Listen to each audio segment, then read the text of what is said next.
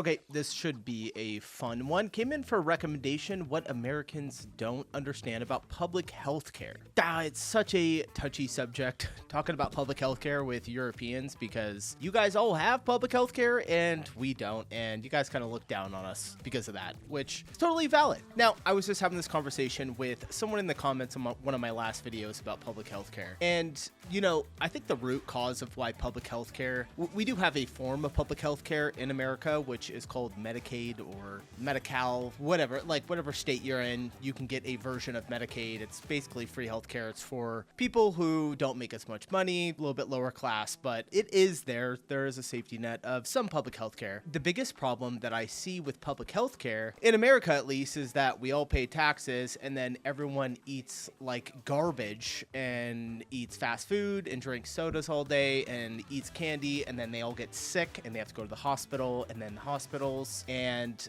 the medical companies charge even more for Medicaid because they know the insurance is just going to pay for it, which is the government, which then hikes up taxes, and you see where it's going, right? So this one, I'm a little curious about it. It's on something that I know everyone gets a little tense and doesn't really want to talk about, but I said, hey, you know what? Screw it. Let's just go ahead and check it out and see what Americans don't understand about public health care. I'm here. I want to learn. So let me know. By the way, if it's your first time here, my name's Jacob. Thanks for hopping in. Hit the like button and let's get started. Public healthcare has been a constant re-emerging topic of contention within United States politics as far back as I can remember. It is a topic of contention in the current election cycle and will in all likelihood be in future elections again. Watching this... Hold up. How old is this? 5 years ago. Okay, so this is pretty old, but... well, let's check it out. Can debate as a European living with such a healthcare system, there is however something that has always been strange to me, which is that not one proponent of such seems to have an idea of what it is, how it would work, how such a system would be built, and what it would require from everyday citizens as well as society at large. Most American proponents of public healthcare seem to get their idea of what it is and how it works from a Michael Moore movie, a movie that does an absolutely awful job at presenting the systems we have in European countries. All it really does is show us English and French doctors and nurses proclaim how superior these countries' healthcare systems are, and that's pretty much it. But there's far more to it than that. Those two countries have vastly different systems and are more on the extreme ends of what public healthcare is. Especially giving England as an example of a great public healthcare system is somewhat ridiculous.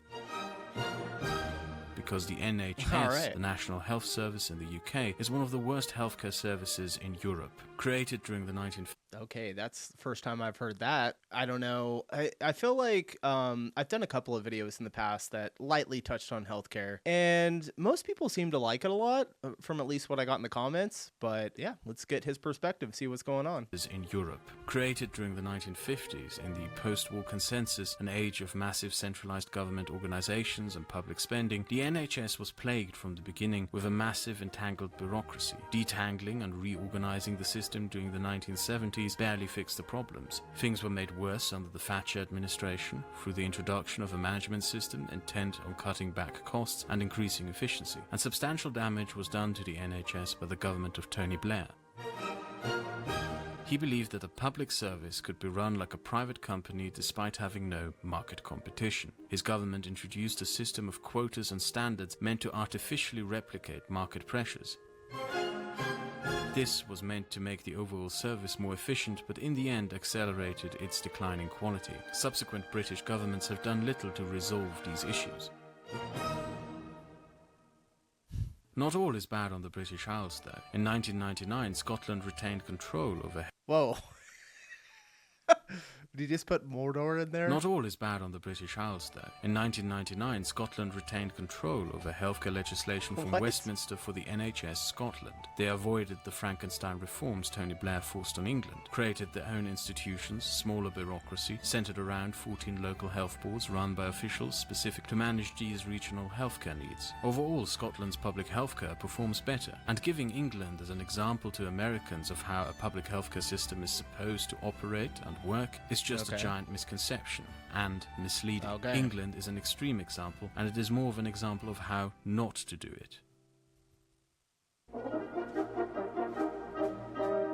France is on the opposite extreme. The services look amazing to foreigners, like the fact that every mother gets a nurse assigned to her by the government to help her out through the first 2 to 4 years of motherhood, until her kids are old enough to go to kindergarten, which, in France, is also government funded. But what Michael Yeah, on the surface right there, that sounds really nice to have like a nurse that's like dedicated towards your kids, but I have a feeling he's gonna give us the other side of the story. In France is also government funded. But what Michael Moore and others who praise the French system don't show you is the enormity of costs and the size of the apparatus behind this system. France on average spends between 12 to 15% of its national budget on its healthcare system. Every French citizen is required by law to pay into a national health insurance fund, the amount of the fee being determined by the individual citizen's income. France also has taxes, for example on gambling and casinos, the revenue of which specifically goes straight into the National Health Insurance Fund. The system, which is centralized and run by the Ministry of Social Affairs, Health and Women's Rights, only works due to the massive amount of funds and resources allocated by the French state to ensure its viability. It works because the French are willing to pay the taxes and fees required to make it work. And this is where we go from Americans having wrong impressions about public healthcare to their understanding of it being also somewhat flawed.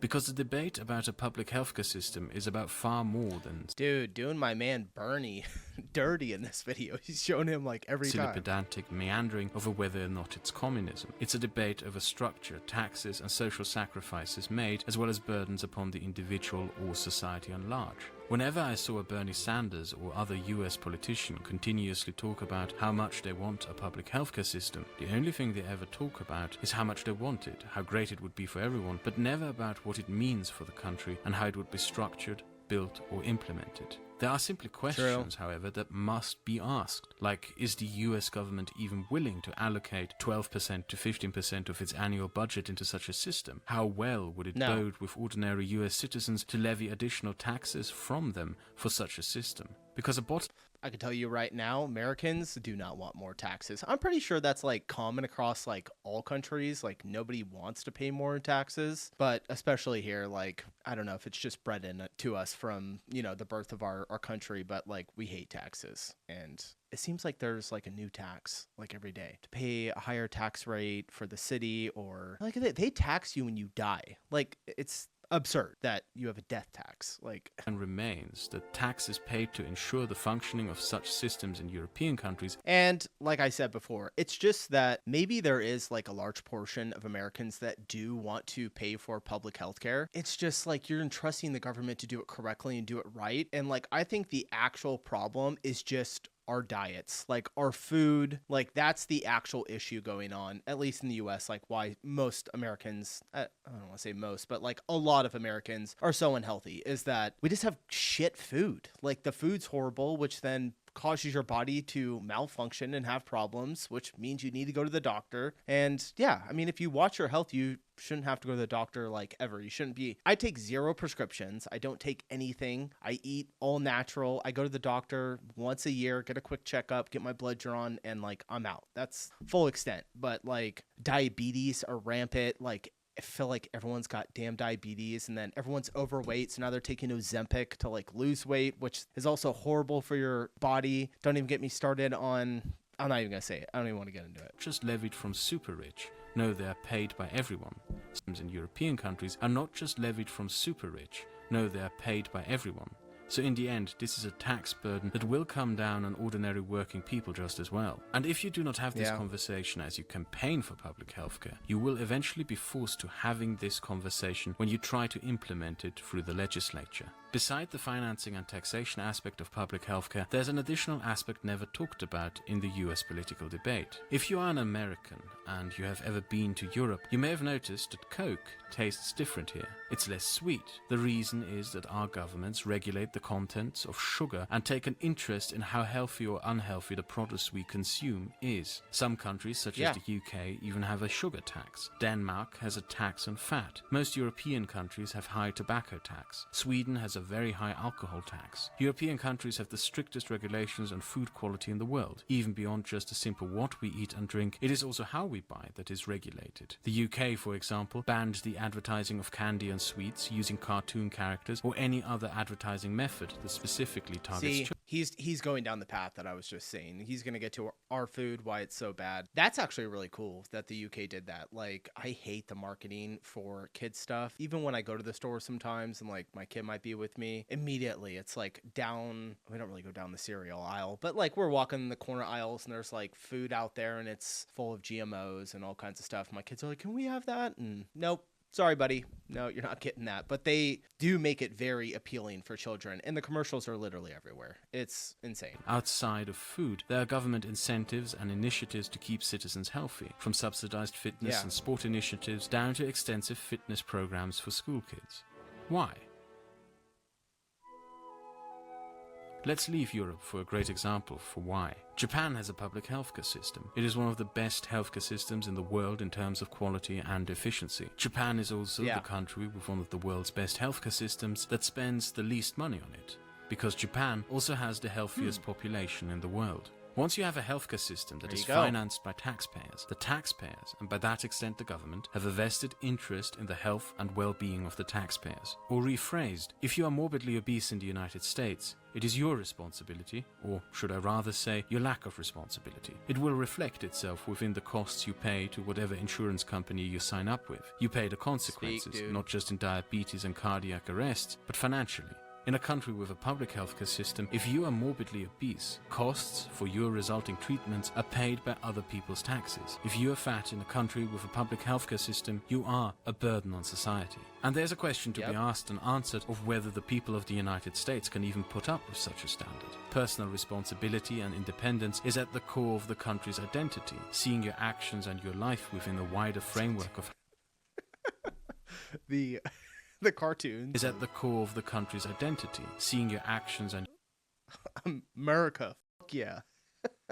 This is like how Europeans view us, huh? It's either one of these, like one of these two. There's no in between. Your life within the wider framework of how they impact society at large is not necessarily something attractive to many Americans. Additional taxation on unhealthy produce, as well as a government-sponsored and encouraged incentive to live healthy lives, is also something that most Americans would probably not even accept. A few years ago, the former mayor of New York, Bloomberg, attempted to ban the biggest-sized soda bottles in measures intended to incentivize healthy living for New Yorkers. New York, being a place that will probably be pro-public healthcare, protested that measure substantially to the point that it was rejected. However, in a conversation over whether or not to have a public healthcare system, such measures are part of the conversation that are simply unavoidable. Yet the proponents of public healthcare in the United States don't ever discuss this.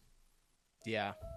American politicians who argue for public healthcare only ever say that they advocate for it, but never actually lay out any policy plan for how they would finance such a system or even what such a system would look like. So true. I mean, I would imagine your guys' politicians are like ours, you know, where they say one thing and then they do something completely different. There's some exceptions though. Some people get in and actually do what they say they're going to do. But yeah, I mean, for the most part, it's more of like a left issue over here. More of the like progressives want the public healthcare system. And then you have people like me who are like, hey, like, how about we try getting healthy first before we put this massive burden on everyone. This guy's like spot on. I really like this video, especially someone like me who like, I see the value of a public healthcare system and I'm like, yes, it can work. You can make it work. But if it were like implemented today into America, it's game over. It's absolutely game over. Also more crucial, just add to our debt even more. Americans into being healthier. And that is an important conversation that must be had, especially when you keep in mind how unhealthy the average American is. A public healthcare system is not intended to be a daycare for obese people to continuously even out the consequences of their irresponsibility. And if you introduce a public option without incentivizing a healthy public, that is exactly